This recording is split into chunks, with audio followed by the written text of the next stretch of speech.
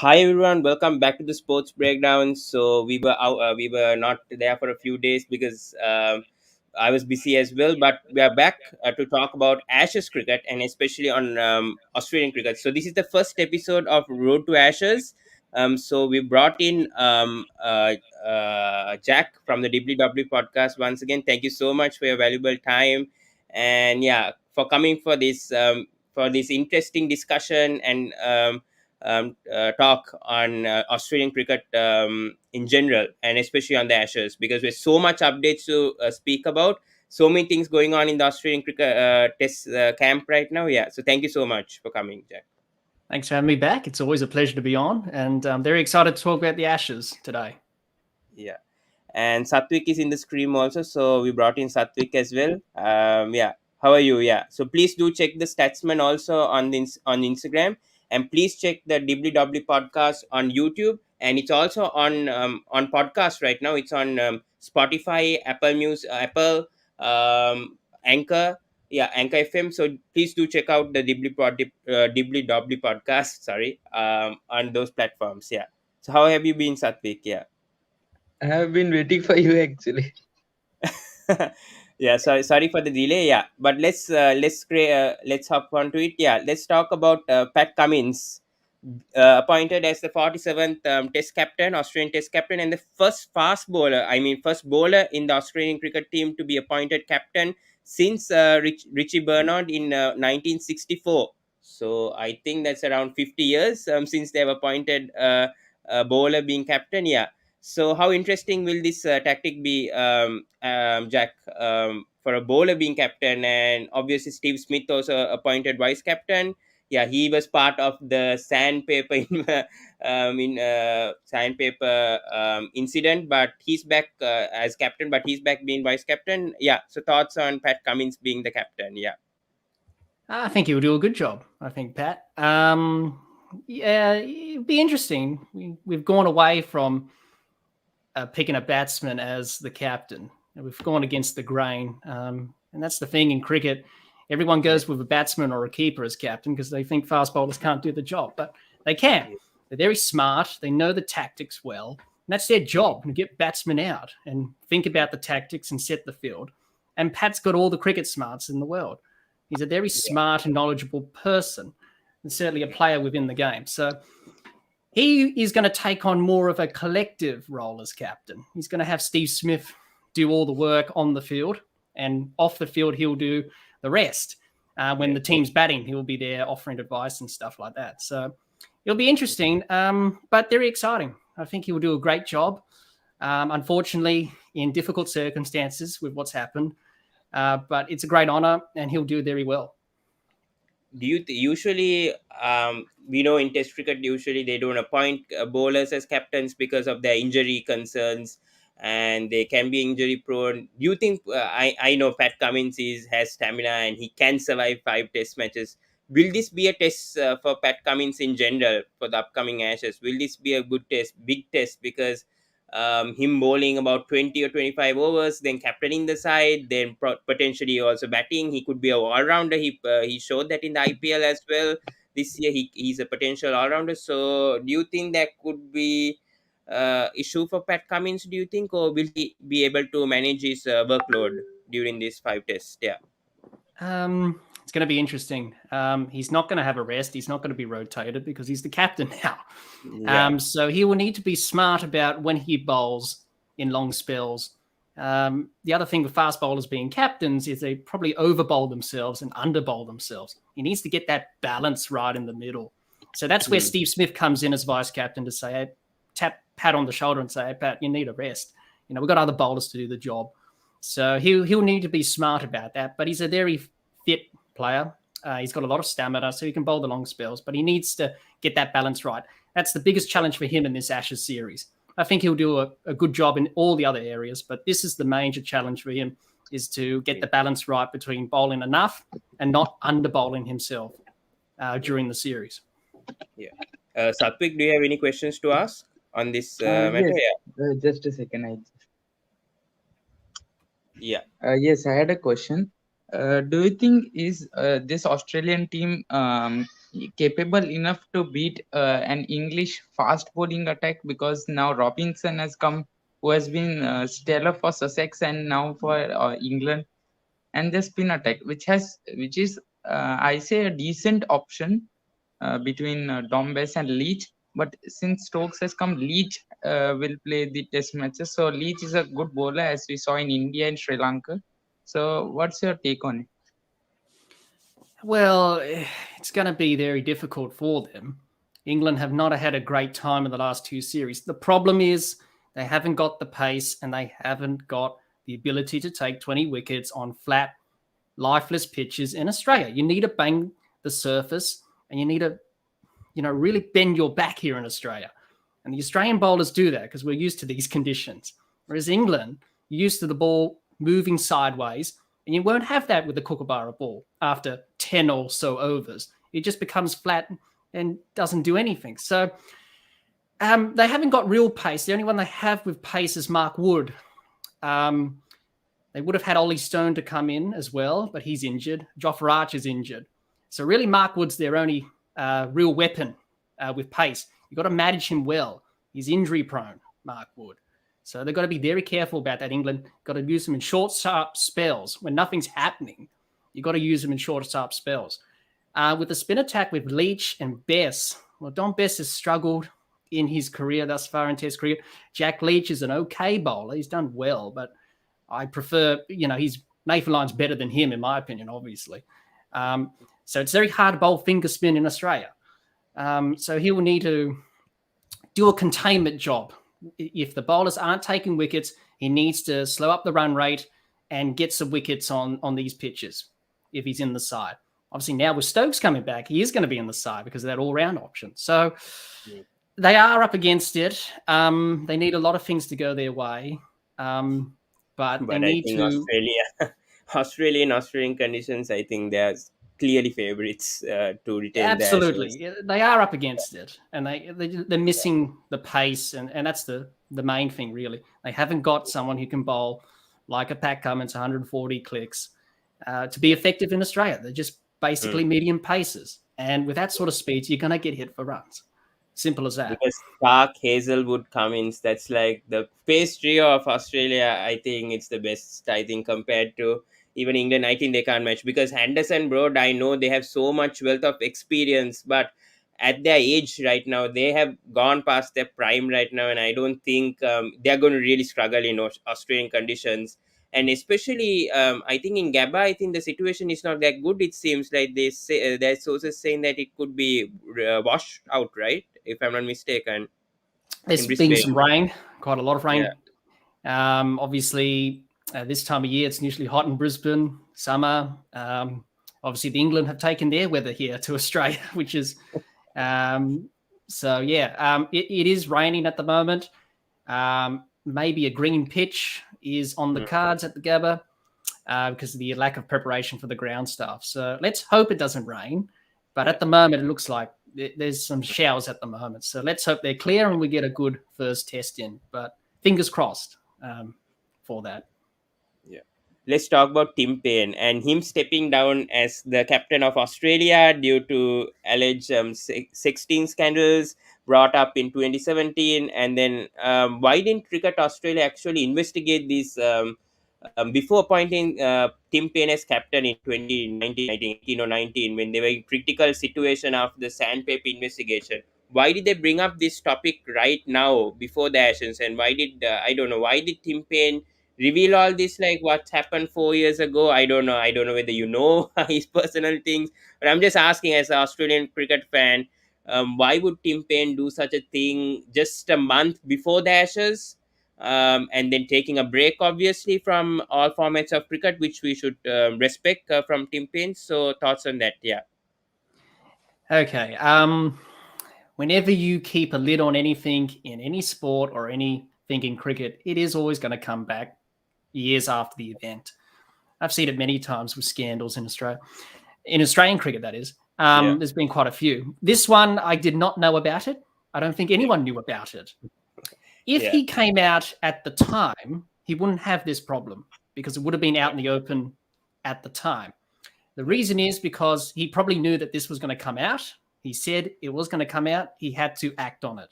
He did the right thing in stepping down and explaining the situation. Sorry, I missed that. Could you say it again, please? I do apologize here. My phone's going off for No some problem. reason. No problem. Not now, Siri. I'm talking. Sorry about that, everyone. As I was saying, Okay. sorry about that. Sorry, technical difficulties with my phone going off. So just ignore Siri in the background. As I was saying, he did the right thing. It's ugly. The media just wanted to get a story and probably wreck his reputation and all that stuff. That's probably the thing that's happened here. So he's done the right thing. It was investigated. I don't know why it was brought up. Just because the journalists, get in a story and trying to bring it up again. So it's unfortunate, but it's played out this way. So it's not a good look at the end of the day. Do you think Tim Paine will ever come back to cricket? I mean, after taking a break, and would he straight come to this test side? Or do you think now Alex Carey obviously confirmed as a replacement for Tim Paine, and he's set to make a debut at the Gabba? I think he's going to be the 456th test cap, if I'm not mistaken. Yeah. 461, I think. Oh, okay. Yeah. Sorry for that. Yeah. Australia. Yeah.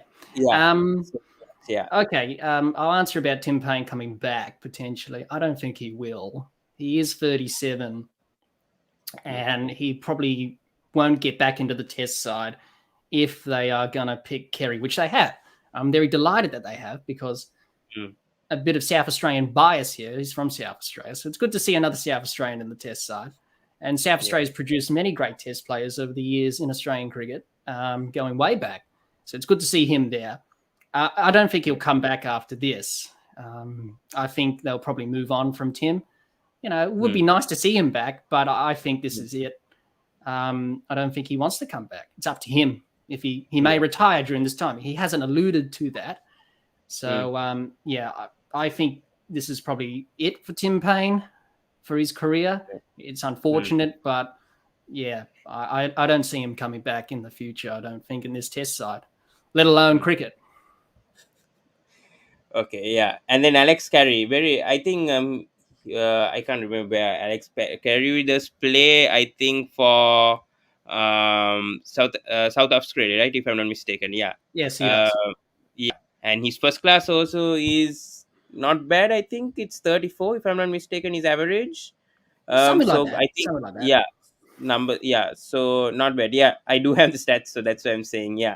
45 first class matches, his average is 34, 143 highest score. Not bad for a number 6 or number 7 if he's batting. I think you must be watching more first class matches than me, so you must be knowing more about Alex Carey than me.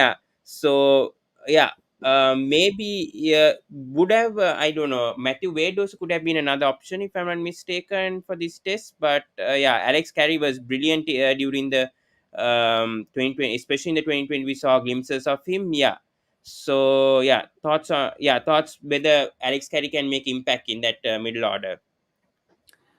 He could. He can. He's a very good player. He's got 5 first-class centuries. He's done a pretty good job for South Australia over the years in a team that has struggled. South Australia have struggled for the last few years in Sheffield Shield cricket. It's no secret. We are not doing too good as a team at the moment. So he's doing well in that struggling team. He's got a bit of international experience. He knows how to score runs under pressure. I go back to that century he scored in Manchester and that ODI. I know that was ODI cricket, but he was under pressure in that run chase because Australia needed 300 from memory to win that game. And he got the runs with Glenn Maxwell. So he can do it under pressure. This is a test match, different kettle of fish, up against Anderson abroad for the first time. He hasn't even faced them. So, I think he'll do a good job. His scores of late haven't been the best. He's only got 150, I think, in his last few innings in Sheffield Shield cricket. So I think he'll do his role well. And he'll back himself. He's been talked about as a very good successor to take over the gloves from Paine. And he gets his opportunity now. So let's hope he does well and see what he can do in this series. Obviously, the squad's named for the first 2 test matches. So let's see what he can do in the first 2 test matches with the bat. I think he'll do a lot better than Tim. in terms of scoring runs at number 7, which is a crucial role in any team. As the keeper, you need to score runs. Back in the old days, keepers were only there for their keeping and specialist keepers. Now they're batsmen and they are expected to bat and score runs. So he'll do both. He'll do well behind the stumps and score runs as well. So I think he'll score the runs and do a good job. We need to talk about the highest run scorer last season in the Ashes. We need to talk about Manas Labuschagne, because he is I think he's one of my favorite cricketers. I mean, when it comes to Test cricket, I just love to see him bat. When he comes to bat, he just shows elegance and class. I like to see him even in 2020 and 50 over format, but unfortunately, Cricket Australia don't select him in the squads. But do you think he'll be the highest run scorer once again in the Ashes, or do you think Smith or Warner or any other might, get higher run, more runs than Labuschagne? How do you see Labuschagne in this Ashes, and especially his first class? You've been watching first class cricket, so how has Labuschagne been performing so far in the Sheffield Shield season? And so thoughts on that? Yeah. Okay, Marnus in the Sheffield Shield, he scored a century recently for Queensland. So he's in very good touch. I think he's got over 400 runs thus far in the Sheffield Shield season, averaging 50 plus, I think. He's a very good player. He's Steve Smith's understudy, basically. Both of them are very similar. You mentioned the leading run scorer for the series. There's only one person who will outscore Labuschagne and Warner, and that's Steve Smith. I call him Don Bradman on steroids, because he is. True. I call him Don Bradman on steroids because he's the modern day Don Bradman, and he's doing things that Bradman used to do back in the day. Yeah, and True. So he'll be the leading run scorer for the whole series. I was looking at the stats today. In the I last think he has two a 62 series, average. He has a 62 average. Yeah. In the last two series, he's scored over 1,000 runs or more. In 2017-18, 2019 Ashes series, he's averaging 121 with 2 double centuries in that. So, he's going to be the leading run scorer again. Labuschagne will be up there as well. Warner's back to his best. So I think those 3 are very crucial for Australia in terms of success with this Ashes series. They need them to be firing. For England, they've got to get them out early, because if they don't, they're in for some pain. So, Marnus, great player. He will score 10,000 runs in his career, I think. He's got that potential. You can just see it. He was meant to play Test cricket. And, lucky that we've got him and not South Africa, because he is from South Africa originally. So, good to have him on the Australian side. So, I'm tipping a big series from him. And hopefully he can continue on his great run. Yeah, true. I think you posted on your Instagram story, I think, whether it would be Richardson or Stark, right? If I'm not mistaken. Who would you choose between them, Jai Richardson or Mitchell Stark?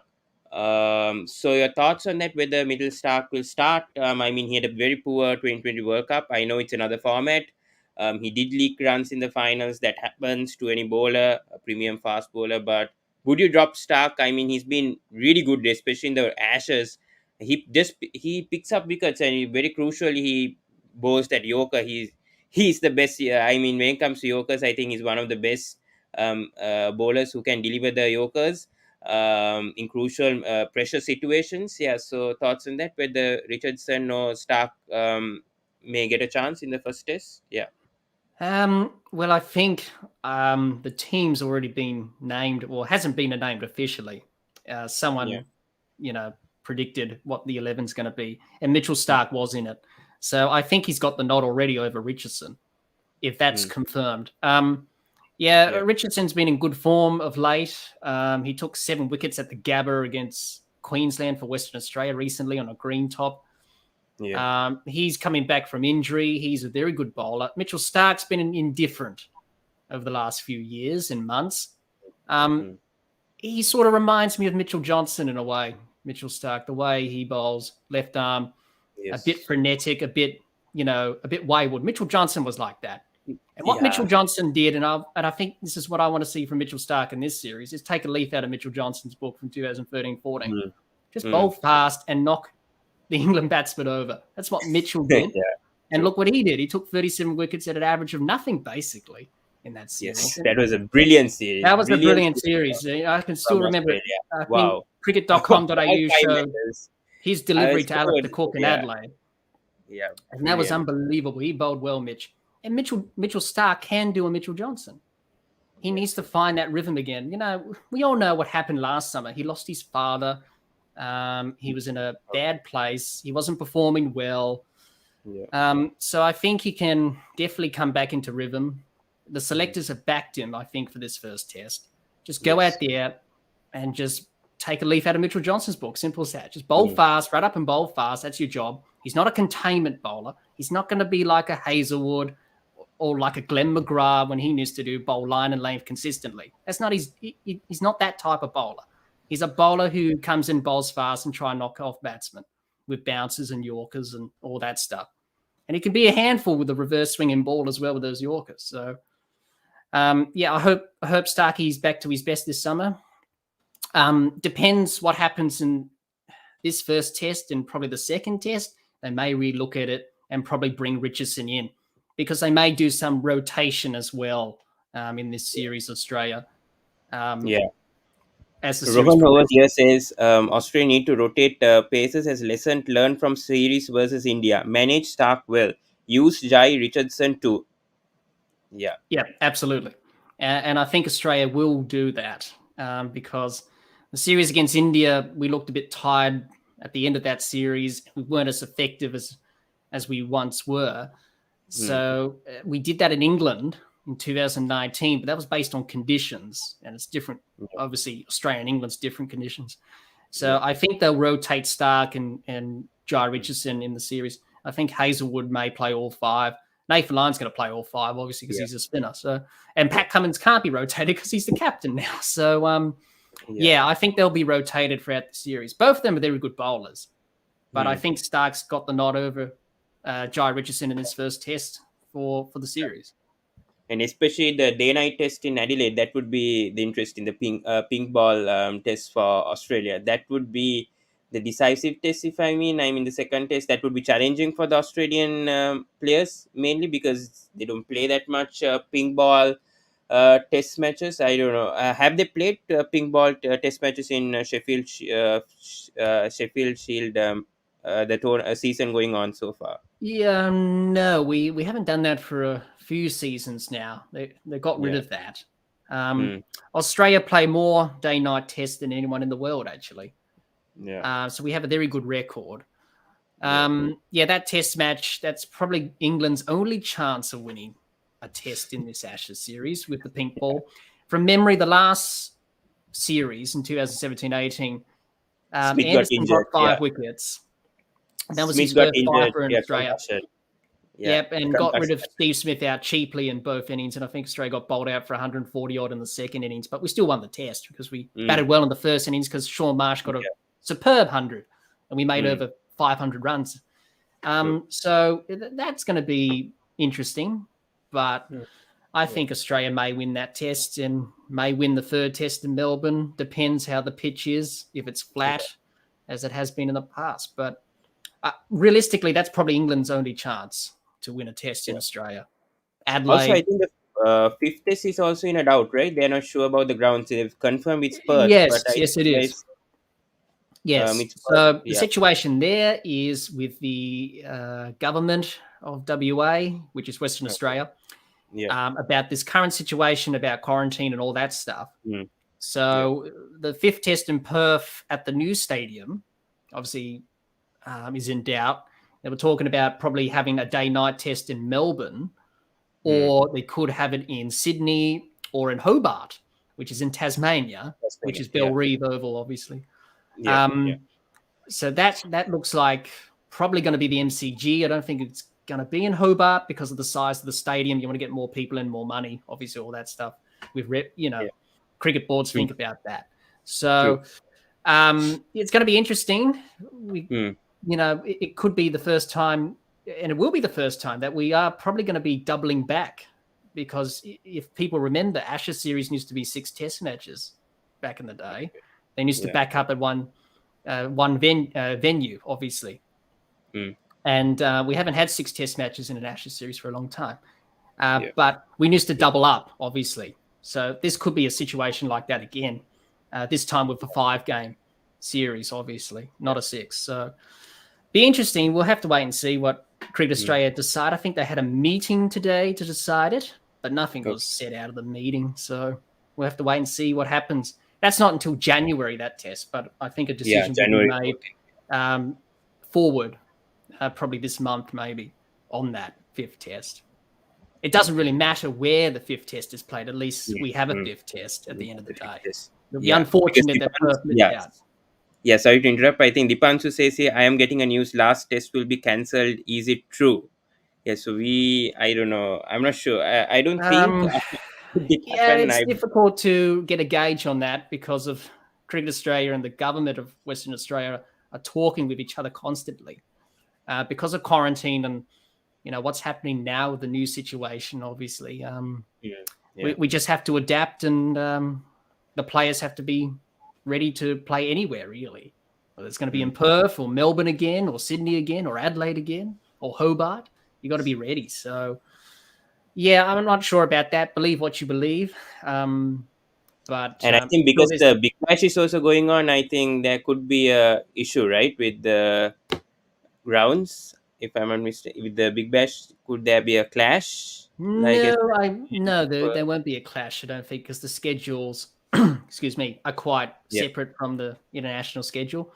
So mainly the Big Bash games are being worked around the Ashes series, so they won't clash. So that won't be a problem at all this summer. That's usually the way it goes in the summer for Big Bash international matches. So that won't be a problem at all. Okay, yeah.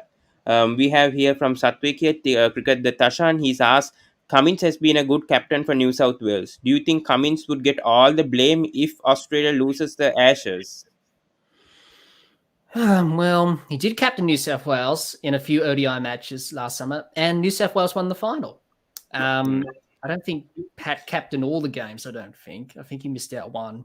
I'm not sure about that.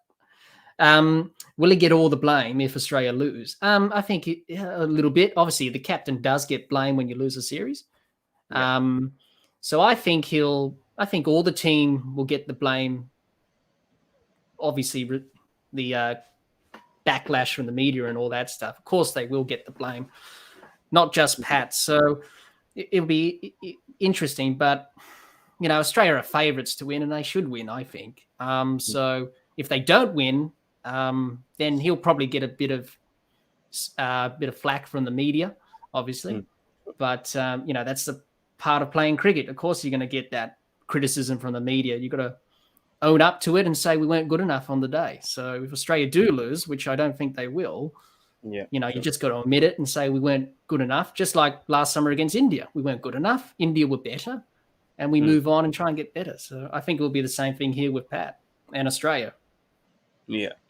I'm not sure. Did Pat Cummins captain Australia for the finals last year for the Sheffield Shield? I think they were in the finals, right? New South Wales versus Queensland last year.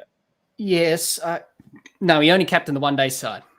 Oh, he didn't captain Sheffield Shield cricket at all. It was only for 1 days for Pat Cummins. Okay, yeah.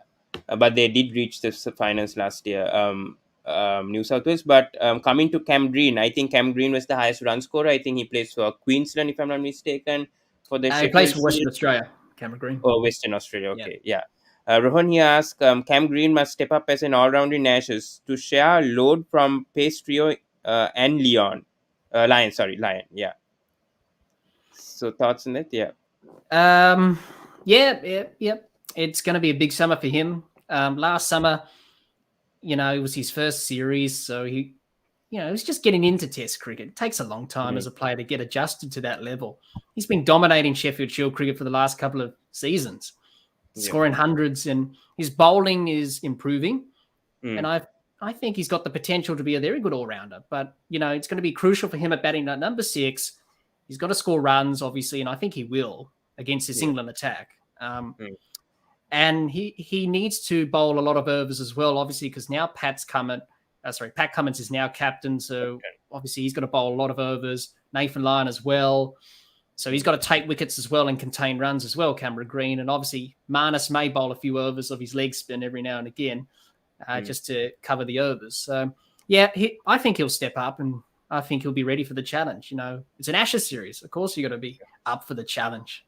You dream of this as an Australian player. And for him, it's a golden opportunity to make a name for himself and be hopefully one of the best players that Australia's had in terms of an all-rounder. Yeah. Also, I want to ask this about the openers for Australia. Right now, for sure, Warner is going to open for sure. Do you think Harris will open with Warner, or do you think Travis Head has a chance to open with Warner? So, what's the situation over there? Because we know, I think Will Pukoski, I think he was in the previous series, if I'm not mistaken. I think he got a concussion, and unfortunately, he's not he's not included in the Ashes squad. I don't know about his situation right now, but yeah. So thoughts. I think Harris, he has played test matches, but not that consistently. But yeah, thoughts on Marnus Harris. Yeah. Okay, Marcus Harris as opener. He'll definitely open this first test. And George Bailey, selector, has said we've backed him for the whole series. So he will open the batting for the whole series. I would prefer someone else to open than Harris, personally. That's just my personal opinion. Yeah. But that's what the selectors are gone with. Now, we've got Khawaja in the side. You could open with Khawaja. But many people say he's done it before and he hasn't really produced.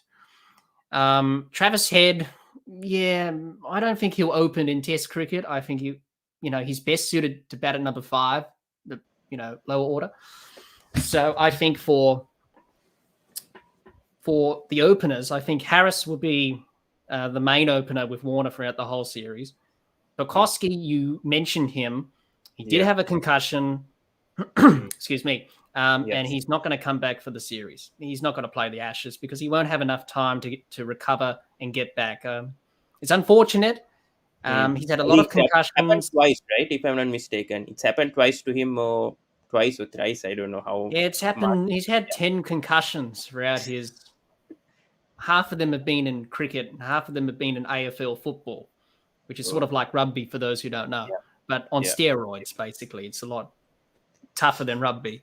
So he played that as a kid. You usually get that in Australia with young players. They play both sports at a young age and they pick one. Same. Alex Carey was the same, and he chose cricket.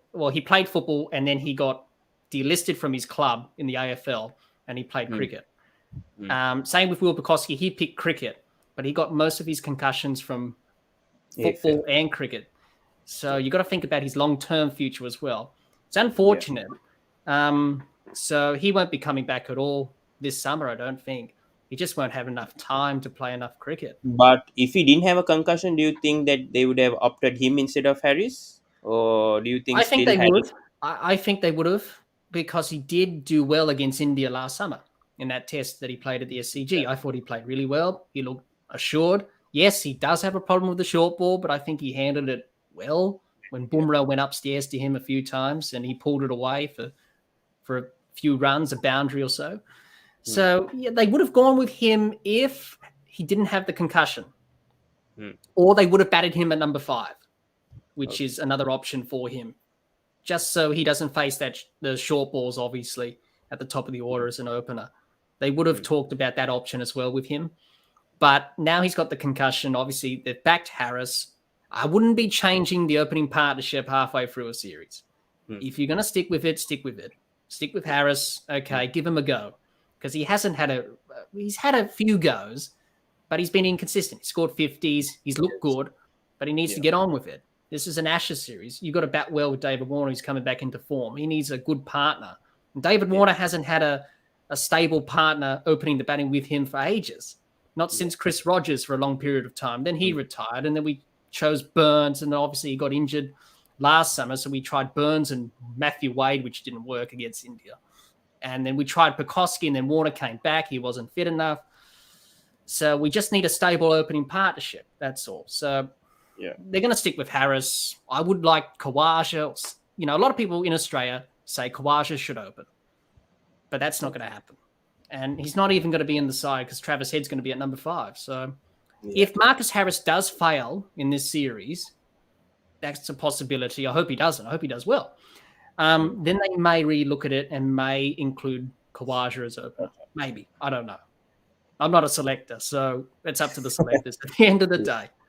I'm Because just usually offering I my think thoughts and opinion on it. Khawaja did better at number 3. I think that's his most suited, but Labushang obviously he's taken his spot, and I don't think Khawaja can get that number 3 spot back in the test squad. So that I No, think as that long as Labuschagne is in the side, he won't be better than number 3. That's for sure. yeah. I think no chance whatsoever. Yeah, let's take on the comments over here from Aman here. He's asking about Cummins' role. Y'all probably spoke about, but I don't think it's a good idea to have a fast bowler as captain because fast bowlers get injured easily. He might miss a few matches. I think we already discussed on Pat Cummins injury prone. Yeah, but yeah, answering to that comment, yeah, Jack, yeah, we did Yeah, that's the discuss. thing with fast bowlers because of that injuries. Pat Cummins had that back injury when he was very young, and he missed a lot of cricket over that time. You know, I Yeah. think his body's developed. He's a lot stronger. He's more fitter. So I don't think he will have problems with injuries. Obviously, he will have a few niggles and sores, obviously, as you do as a fast bowler. Yeah. But, you know, he's been selected as the captain. So at the end of the day, it's the way it is. We've gone away with tradition where we usually pick a batsman. But as I said before, and I did mention it before, you know, fast bowlers are very knowledgeable. They know the tactics. They know how to read the game because their job is to get wickets and work out fields and set tactics. So I think Pat will have no problems on the injury side and the tactical side with the captaincy in this series. He's got Steve Smith there to support him anyway, so he should be fine. Yeah, I think I like when bowlers are captains, and this is going to be exciting, especially this Ashes. The way that Cummins settles the field, I think bowlers do have a better knowledge. I know that batsmen are not injury prone, but it's going to be interesting to see how Australia go under Pat Cummins. It's really exciting for the first time seeing a fast bowler. I mean, leading this Australian side in the Ashes is a new thing for all of us, and to see how he shares his knowledge with the players and with with the tactics, with the fielding placements is going to be very interesting. In my opinion, on Pat Cummins being captain. Yeah. Maman has another question here. He's saying, I think they shouldn't put Harris opening. I think it should be Warner and Kavaja because Kavaja has played well, but he definitely won't replace Manas for number 3. So he should open with Warner. Yeah, it's another controversial opinion. I think Fox Yeah, Cricket has it's been a lot of already talk about that in confirmed the Australia. playing 11. Yeah, I think there's sources going on that they've confirmed the 11, and I think Harris will be opening with Warner as per sources say. Yeah, so yeah, let's see. It depends, I think, on how Harris performs in the first 2 test matches. Yeah, yeah. Any Absolutely, thoughts? absolutely. Yeah. So let's talk about your favorite. Your favorite Ashes moments. I know that you upload a video on that on the Dibbly Dobbly podcast. Yes, I did. On your favorite. Your favorite Ashes moments. But can you please tell us on the sports breakdown your good memories on the Ashes? I know. I know there's so much on Australian cricket. In fact, yeah, mainly on Australian cricket. But your favorite Australian moments in the Ashes, yeah, at the Gabba, because Oh, there's been a few, haven't they? Well, let's go back to 2010-11. I mentioned this in my video, and please watch it or please listen to it. There was some great Ashes moments. Too many to list, but I picked some iconic ones that stuck in my mind and many people's minds watching the Ashes over the years. Peter Siddle's hat trick. For me, that was unbelievable in 2010-11. And that was the test match that England got 1 for 517 in the second innings. And we couldn't take a wicket. And Michael Hussey scored a brilliant century. One of my favorite players, Michael Hussey, 195. He was out of form. He barely got into the squad in the team for that series. And he batted well for Brad Haddon, who made a good century as well. So that moment for me sticks in my mind. The other moment is Mitchell Johnson's resurgence in 2013-14. The way he bowled, the way Australia played in that first test was unbelievable. And who knew we were going to win 5-0? So that's a great moment for me.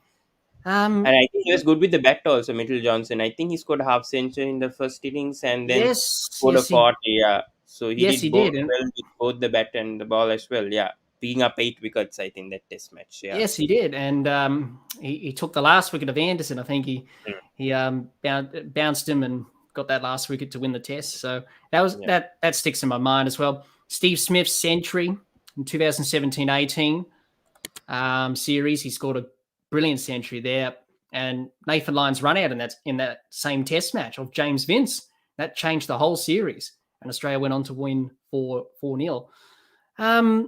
2006-7 at the Gabba, the first test, Steve Harmison's wide ball that went to first slip. He got it all wrong there. Ricky Ponting scored a magnificent 196. So those moments I mentioned stick in my mind. Yeah. And there were some other moments that I mentioned on the episode as well. England's win in 86-87. They were called the worst side to tour Australia, and they proved everyone wrong because they won the first test at Brisbane, went on to win the series in 86-87. Nasser Hussain's toss in 2002-3. He called correctly with the toss and chose to bat first, and that didn't end well because Australia made a lot of runs in the first innings, and Matthew Hayden scored 2 centuries. I think Australia were 2 for 364 at the end of day one, and Matthew Hayden was 186 not out. So, and Ricky Ponting made 123. They went on to win that series 4-1 in 2002-3. So yeah, there've been so many moments at the Gabba over the years. It's the first test of the summer. You remember the first test of any Ashes series, but at the Gabba it's even special. And Australia have a great record. So hopefully it's the same again, and hopefully we see some new moments being created in this first test come Wednesday. Hopefully if the rain stays away. Yeah, hopefully. Fingers crossed. Yeah, whether that happens. Let's talk about the bowlers right now. And yeah, let's talk about who's going to pick up the most wickets for Australia in the Ashes. Will Sweepson get a chance in the Ashes series? Do you think Sweepson will be part of the Ashes? Will they rotate the spinners as well? Do you think? Because Nathan Lyon, possibly, I don't know his age. I really don't know whether he can. He's a spinner. He should be able to play 5 test matches. But do you think Sweepson will get a chance at least for 1 test match? Or will he just be in the reserves for Australia? I think he'll be on the sidelines for the whole series, I think. Nathan Lyon, he's 34. He's very fit. He's got the stamina. And spinners can bowl long spells anyway, as we all know, compared to fast bowlers. There was some talk that Shane Warne did say he is under pressure because of what happened last summer against India, along with Mitchell Starc as well. But, India just played him well. They're good players to spin anyway. Whereas England, that's a different story. And he is a quality off spinner, Nathan Lyon. He's got 399 wickets. His first test in Sri Lanka, you knew he was going to be a great bowler. When he got rid of, you obviously remember that game, obviously. He got rid of Kumar Sangakkara for his first wicket. And he got Pfeiffer for the innings on test debut. You just knew then he was going to be a great bowler. I think Mitchell Swepson will get a chance in Australia's overseas tours if they want to play 2 spinners in Pakistan. And I think we go to Sri Lanka and India as well next year. Yeah, so he'll get an opportunity there. So I don't think he'll get an opportunity here. Okay. I don't wish this to happen, but if Nathan Lyon does get an injury, he may get in.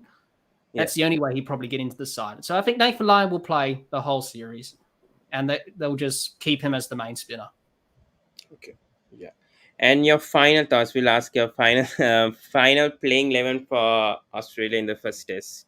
Who would you go for? If you are a selector, who would you back? Well, I think it's pretty. I know it's a tough question. It depends on the pitch, but yeah, who would be your playing 11 for Australia? Well, as the openers, Warner, obviously. I would go with Marcus Harris as opener as well at number 2. Number 3, obviously Marnus. Number 4, Steve Smith. Number 5. A lot of people have discussed this, Travis Head or Khawaja. I would go with Travis Head purely because he's from South Australia. That's my biased opinion there, obviously. Number 6, Cameron Green. Number 7, obviously Alex Carey.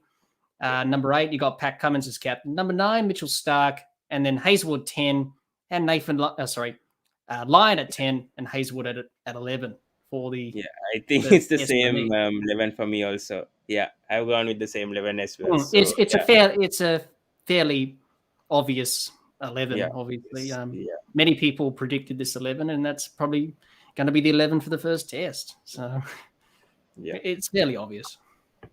Before that, lastly, I want to talk a bit about Big Bash. I know it's not going to be bigger than the Ashes, obviously, but I just want a quick insight on you and who do you actually support for the Big Bash? Because I do support Perth Scorchers. They've been fantastic in my opinion. I know a few overseas. I think they've only picked 2 or 3 overseas, I think, in each team squad. But yeah, obviously, Sydney Sixers are the defending champions. Moises Henriques, obviously, captain of the Sydney Sixers, and then Glenn Maxwell captaining the Melbourne Stars this time. Yeah.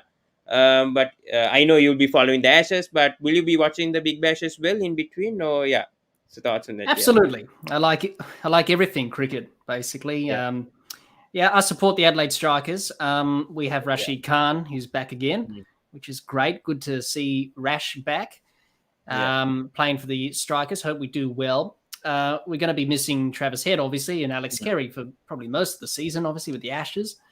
Yeah. But hopefully we do well. We made it to the finals last year, didn't quite get over the line. So I hope we do well. And the Big Bash is always a good competition. So all teams look a bit different this season. New players, everything. So it's going to be very exciting with the Big Bash starting this Sunday, obviously. In Sydney with the Sixers and the Stars, and that's going to be a good game. Melbourne Stars will be looking to break their finals hoodoo and win a Big Bash, and they haven't won one yet. So that should be a good game to kick things off. And then obviously the Strikers, we've got the Renegades. Renegades, for our first game. So that, the Renegades have been under pressure, especially from last season. Obviously, because they didn't quite do well. So it's going to be an interesting season, that's for sure. Yeah, true. And I think Aaron Finch, the 2020 captain, obviously going to captain the Melbourne Renegades. So it's going to be interesting. Yeah. So hopefully Adelaide Strikers, I think they won once the Big Bash, if I'm not mistaken, right? Once. Yes, we did. That was back in 2017-18. That's where we won the Big Bash. We won against the Hurricanes in Adelaide. So that was a good game. And I think Jack Weatherald made a century in that game, I think.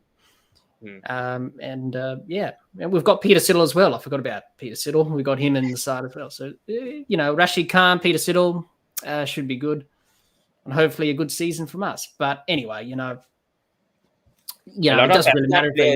This time, a lot of Afghan players, I think, in the Big Bash. Quays Ahmed, Mujib, I think, playing for Brisbane Heat. Then we have Mohammad Nabi playing for Melbourne Renegades. So I think about 4 or 5 Afghan players playing for Big Bash. And then I think Hubmung Chung, I think, is playing, first Indian overseas finally. I think he's a reserve. I think he's a reserved overseas. When I check the squad, I think he's a standby overseas player for the Melbourne Renegades. Yeah. But finally, Indian overseas player, I think currently plays for USA, but Indian born player playing for the Big Bash at last. Yeah. So thoughts, So thoughts on that, Yeah, it's good. It's great to see that. Hopefully we see a few more. But I don't know if that's going to happen. But, it's good to see that for the first time in the Big Bash. Hopefully the BCCI can change their minds. But I don't think that's happening anytime soon with the IPL obviously expanding and all that stuff. So do you think the IPL should give a separate window for the Big Bash? And maybe if they don't clash the Ashes and the Big Bash, maybe then Warner, Smith, Labuschagne, all the star players, can play for the Big Bash. Do you think the December-January window is not a good period? Maybe they could play it in another window, or your thoughts on that? Because obviously I think the Big Bash should be expanded and more overseas players should play, but right now I don't see that happening. I think there's now going to be competition this time with the LPL and the Big Bash this time. More, I think overseas players have gone for the LPL as well this time, like Faf du Plessis naming one. But so thoughts on that? Whether the Big Bash can be expanded and possibly be like the IPL, possibly like going rivalry with the IPL. Would that happen? Interesting. I don't think they will do that because I think they just want to keep it as it is at the moment. 8 teams is pretty much it. The problem with the Big Bash over the years is how long it goes on for. lot of people complain about the duration of the tournament. Yeah. The Big Bash will never be the IPL. No one can rival the IPL. Yeah. So the Big Bash, At least coming closer, because I think right now PSL would be ahead if I'm not mistaken than the Big Bash. I wouldn't say that, but I yes, think the quality of PSL the Big is Bash has dropped off a bit. Yeah. It wasn't what it used to be at the start. Whenever Mm, you start something new, it's all exciting and people want to watch it. Yeah. Whereas now people don't want to watch it. mm, And yeah, we get good crowds, but we don't get the big crowds as we used to do, like sellouts and whatever. yeah, true. Obviously. So yeah, the Big Bash, they will stick with 8 teams, for sure. They won't Yeah. follow down the route of the IPL. That's different, Yeah. obviously. Yes. They want to. The problem is people want it short, sharp, and quick, and I think they need to change that. Excuse me. Yeah. Probably play everyone once, like they used to do back in the early years of the Big Bash when it was first starting. They only played 7 games each, and then that was it. It was a short tournament. So you talked about the window and clashing with the Ashes. We're always going to have that problem in Australia with this international summer and the Big Bash clashing together. You could play it earlier, like the women's Big Bash in October. Yeah, that's what I'm saying. You could do that. But many people will want the Big Bash to be played up front, get that out of the way, and then play Sheffield Shield cricket. The current way of doing it now is you play first rounds of Sheffield Shield cricket, then you have a big break, and you don't play until the end of January, February. I think the Big Bash this year is December, January. I think last season it was December, February. So they've shortened it a bit. And it's got to be in the school holidays as well, for kids coming out of school as well. Yeah. And that's what they wanted to do, Cricket Australia, this season. It's not perfect. It will never be perfect, Big Bash. There's always going to be teething problems. A lot of people don't like the new rules. They think it's a joke and it's ridiculous, and I tend to agree.